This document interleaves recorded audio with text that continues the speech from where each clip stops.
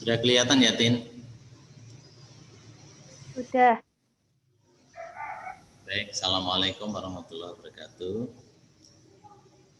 Waalaikumsalam warahmatullahi wabarakatuh. Baik, untuk pembelajaran hari ini kajian terakhir. Semoga kamu, Tina, dan mungkin teman-teman kamu yang lain juga bisa mengikuti ini dengan baik, menyelesaikan tugas ini dengan baik, supaya nanti bisa mendapatkan nilai yang bagus dan sukses. Intinya kita masih membicarakan tentang teks cerita inspiratif, dan kali ini nyambung dengan materi kemarin, mengungkapkan rasa simpati, empati, kemudian rasa kepedulian dan perasaan dalam bentuk cerita inspiratif.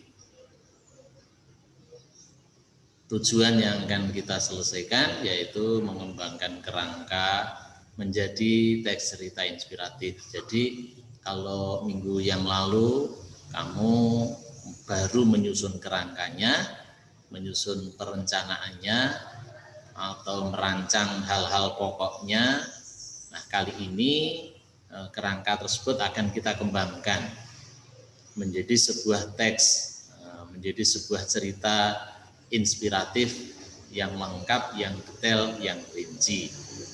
Otomatis harus mempertimbangkan strukturnya maupun kebahasaannya. Baik, mari untuk mengingat materi yang lalu, pertanyaan ini coba kita temukan dulu atau kita ingat-ingat apa yang dimaksud dengan kerangka cerita inspiratif itu. Ingat enggak, Din? Yang dimaksud kerangka itu apa?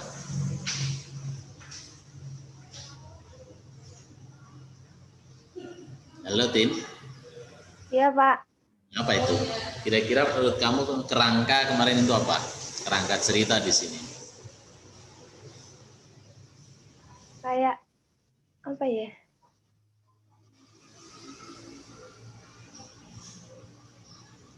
Ya, semacam perencanaan atau semacam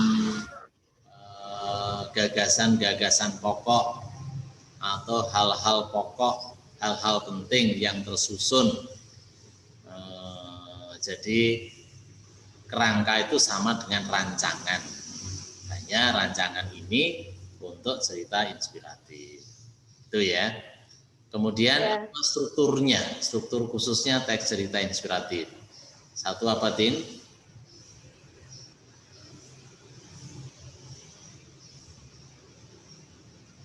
Yang pertama, Orientasi. Orientasi, betul. Setelah itu,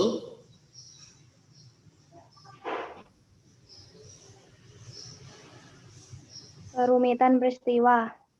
rangkaian peristiwa ya. Jadi rangkaian peristiwa, rangkaian kejadian diungkapkan. Nah, dari rangkaian peristiwa tersebut akhirnya bagian ketiga yaitu Komplikasi. Sampai pada bagian komplikasi.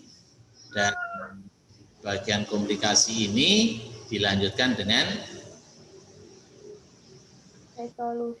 resolusi dan diakhiri kode. Ya, oke. Jadi itu strukturnya, sehingga nanti ceritamu ya harus memuat bagian-bagian tersebut. Baik, ini untuk memperkuat saja. Jadi yang namanya kerangka cerita itu adalah rancangan yang berisi hal-hal pokok yang telah disusun secara sistematis, disusun secara kronologis, dan disesuaikan dengan struktur cerita. Kemudian strukturnya apa? Tadi sudah bisa kamu ungkap, ada orientasi, bagian yang memperkenalkan, bisa tokohnya, bisa latarnya, bagaimana keadaannya, itu orientasi. Kemudian rangkaian peristiwa atau rangkaian kejadian, otomatis ya berisi tahapan-tahapan kejadian yang dialami tokoh itu. Kemudian ada bagian yang sangat penting, yaitu komplikasi, bagian yang sangat mendebarkan, bagian yang merupakan puncak permasalahan, puncak prestasi atau puncak kejadian. Itu yang paling disenangi pembaca, itu komplikasi. Dan resolusi, semacam jalan keluar atau semacam hasil, nah itu resolusi. Dan koda itu adalah pesannya, apa simpulannya. Nah, ini di cerita kamu nanti harus memuat itu. Bagaimana cara mengembangkan dari kerangka itu menjadi cerita? Nah, saya pikir caranya ya gampang saja, yaitu tinggal kamu uraikan bagian-bagian tadi, diuraikan secara rinci, secara detail, secara lengkap, dengan menggunakan bahasa kamu secara bebas. Jadi yang namanya cerita itu harus panjang lebar. Kalau kerangka itu simple, kalau kerangka itu hanya hal-hal pokoknya saja, tapi kalau teks cerita ya otomatis jadi lebih panjang. Diuraikan secara bebas, menarik, bagian-bagian tertentu bisa kamu deskriptifkan. Antara peristiwa satu ke peristiwa yang lain kita ungkapkan secara naratif. Kalau perlu supaya menarik ditambah dengan dialog-dialog, karena ini cerita, itu akan lebih bagus. Ini semuanya berdasarkan kerangka tadi. Nah, contohnya misalnya kalau saya akan mengungkapkan cerita bersumber dari gambar kemarin, 4 gambar ya Tin ya. Kalau saya membuat judul tak kerja tak makan, kira-kira menurut kamu Tin, ini saya terinspirasi dari gambar yang mana Tin? Gambar yang anak kecil itu. Oh ya, yang anak kecil sedang bekerja keras untuk memenuhi hidupnya bersama keluarga. Nah, misalnya saya membuat kerangka cerita berdasarkan inspirasi gambar itu, misalnya bagian orientasinya saya buat begini: Mukidi seorang bocah desa yatim yang hidup bersama emaknya. Yang namanya orientasi itu kan menampilkan atau memperkenalkan ada misalnya nama tokoh, nama anak itu saya namai Mukidi misalnya. Bagaimana keadaannya? Oh, dia itu seorang bocah desa yang sudah yatim. Berarti dia sudah mungkin tidak memiliki ayah. Kemudian hidup bersama emaknya. Berarti dia hidup di rumah bersama emaknya, ibunya, misalnya begitu. Nah, dari kerangka ini yang simpel ini kita kembangkan menjadi cerita. Contoh pengembangannya misalnya, pagi itu Mukidi bangun pagi sekali. Walaupun udara masih terasa dingin oleh hujan semalam, rupanya tidak mampu menyurutkan semangatnya. Ia harus segera bergegas menuju ladang kecil satu-satunya harta peninggalan bapaknya. Dan seterusnya. Jadi ini contoh pengembangan. Jadi dari hal simple orientasi ini itu bisa kita uraikan dengan kalimat kita secara bebas seperti ini, panjang lebar, sehingga menjadi cerita yang menarik. Menariknya karena apa? Ya karena digambarkan secara deskriptif, secara naratif, diuraikan secara rinci, jelas, sehingga ceritanya itu menjadi panjang lebar dan menarik. Setelah itu bagian kedua, rangkaian peristiwa. Nah, ini mungkin hal-hal pokoknya banyak, sehingga di sini ada 1 apa, 2 apa, 3 apa di rangkaian peristiwa itu kamu ungkapkan. Nah, caranya seperti itu, sehingga kalau semua bagian tadi sudah kita tuangkan dengan bahasa secara bebas. Nah, ini gambar yang tadi yang saya katakan untuk inspirasinya. Nanti teks kamu akan tersusun seperti ini. paling atas itu judulnya, yaitu tak kerja, tak makan. Kemudian bawahnya ini akan tertulis paragraf, paragraf, paragraf, paragraf. Otomatis bagian awal ini, paragraf awal, ya berisi tentang tahap orientasi. Bagian orientasi. Berapa paragraf terserah. Orientasi mau kembangkan menjadi 2 paragraf boleh. Atau hanya 1 paragraf saja bisa. Paragraf berikutnya otomatis tentang rangkaian peristiwa. Rangkaian peristiwa misalnya kamu mampu mengungkapkan ada 2 paragraf, 3 paragraf, atau bahkan 4 paragraf boleh. Terserah saja, suka-suka yang membuat cerita. Kemudian bagian berikutnya komplikasinya berapa paragraf, terserah saja. Sampai dengan resolusi dan kode paling bawah. Dengan demikian, teks cerita kamu itu tidak harus simple, misalnya 1 paragraf saja atau bahkan 2 paragraf, 3 paragraf. Minimal teks cerita yang kamu kembangkan itu ya minimal ada 5 paragraf. Karena di strukturnya itu ada 5 bagian. Tetapi jika kamu mampu menguraikan lebih panjang, ada 6, 7, 8 paragraf itu tidak masalah, itu bagus. Jadi hari ini kegiatan kamu adalah membuat teks cerita seperti ini yang bersumber dari kerangka yang sudah kamu buat kemarin. Itu kira-kira tugas hari ini.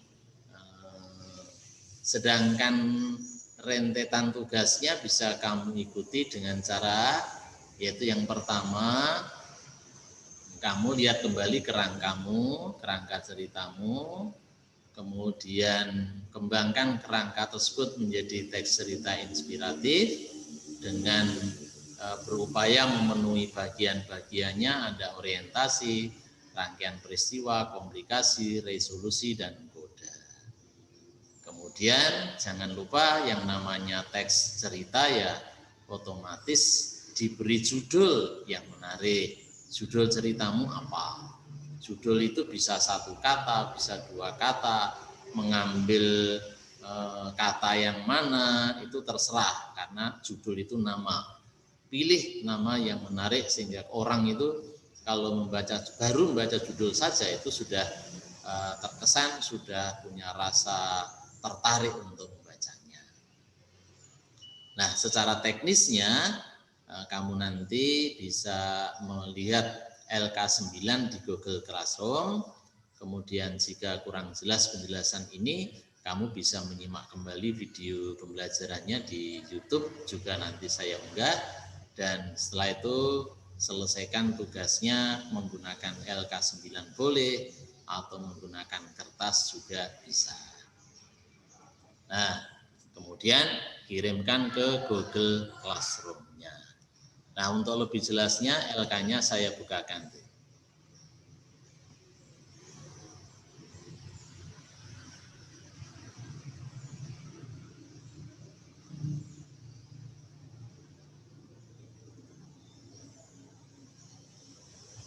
Sudah kelihatan, Tin?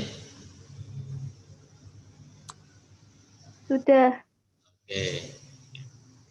LK-nya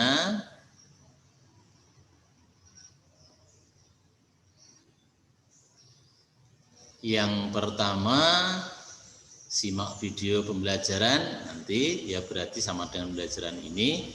Terus tulis ulang kerangka ceritamu yang sudah kamu buat kemarin, berarti temanya apa dari gambar tentang apa, terus tulis orientasinya, rangkaian peristiwanya dan seterusnya sampai kode. Ini tinggal menulis saja. Baru setelah itu bawahnya ini tulis ini ya, tulislah cerita inspiratif secara rinci, detail, dan lengkap dengan menggunakan bahasa yang bebas, menarik, deskriptif, dan naratif berdasarkan kerangka di atas. Jangan lupa beri judul ceritamu yang menarik.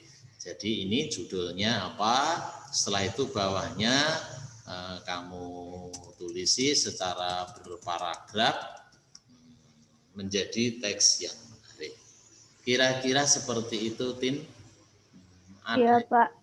Ada yang kamu tanyakan? Tidak. Ya, sudah cukup jelas ya. Iya. Ini ternyata sampai penjelasan akhir kamu sendirian tidak apa-apa, sehingga nanti kamu bisa langsung mengerjakan. Semoga kamu nanti sukses. Nanti jika ada kesulitan boleh ditanyakan. Boleh kalau mungkin ada pertanyaan lain, yang lain, Tin? Mulai masuk kapan, Pak, sekolah? Oke, nah itu begini. Yang jelas bulan April ini nanti tanggal 19 April itu sudah mulai ujian ya. Nah ini Bapak Ibu guru ini juga sebenarnya resah, gelisah karena menunggu kepastian dari dinas atau dari bupati, dari kabupaten itu sampai hari ini pun itu belum ada kepastian. Bahkan SMP 1 Jekulo yang konon akan menjadi sekolah dijadikan uji coba tatap muka itu juga ternyata sampai hari ini pun belum memulai, sehingga untuk pertemuan atau masuk ke sekolah itu belum ada kepastian. Tetapi sebelum ujian, sebelum tanggal 19 ini nanti, kamu terutama teman-teman kamu yang belum beres tugas-tugasnya semester 2 ini nanti akan didatangkan untuk mengerjakan semua tugasnya di sekolah. Ya demikian, kamu kok sudah komplit, sudah lengkap, kemungkinan tidak akan diundang ke sekolah dulu. Kemungkinan nanti didatangkannya ya saat ujian saja. Tetapi teman-teman kamu yang semester kedua ini tugasnya tidak beres, ini siap-siap untuk diundang ke sekolah, mau tidak mau harus mengerjakannya di sekolah. Hari ini nanti Bapak Ibu guru, khususnya Bapak Ibu urusan nanti akan rapat penentuan hari tanggalnya. Nah nanti kalau sudah ada kepastian perencanaan, kamu nanti akan segera diumumkan mulai kapan. Nek keinginan Bapak Ibu guru mulai Senin besok sudah akan dicicil, teman-teman kamu yang tidak beres akan diundangi semua. Kamu sudah beres kan? Sudah. Nah, kalau sudah berarti sementara kamu bisa standby mengerjakannya di rumah. Tapi tolong info ini kamu boleh sampaikan ke teman-teman kamu. Kalau ingin mengerjakan di sekolah ya tidak apa-apa, tetapi kalau tidak ingin ya harus secepatnya dalam waktu singkat, dalam waktu pendek beberapa hari ini harus segera memberesinya. Jadi Pak Pujito tidak mau oyak-oyak terus, kesel, ngandani, terserah saja mau menyelesaikan, mau ujian, mau lulus atau tidak itu terserah kamu dan teman-teman kamu. Demikian ya Tin ya? Iya. Oke, ada lagi yang perlu kamu sampaikan? Tidak. Oke, kalau tidak berarti hari ini kita akhiri dulu ya. Iya. Tin, saya potret dulu Tin. Baik, awas, 3, 2, tidak salam literasi. Nah, senyum juga. Ulangi kok ditutupi. Awas ya, 3, 2.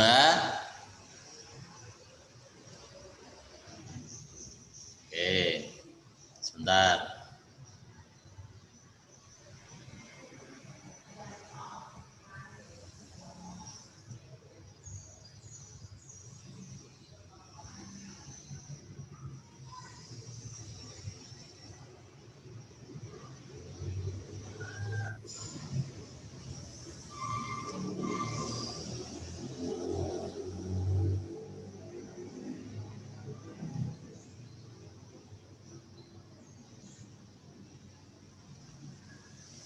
Baik, Tin. Sementara hari ini terima kasih, kamu anak yang sangat baik, kamu aktif,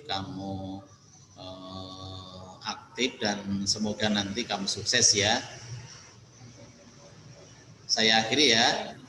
Yuk, assalamualaikum warahmatullahi wabarakatuh. Ya. Waalaikumsalam warahmatullahi wabarakatuh.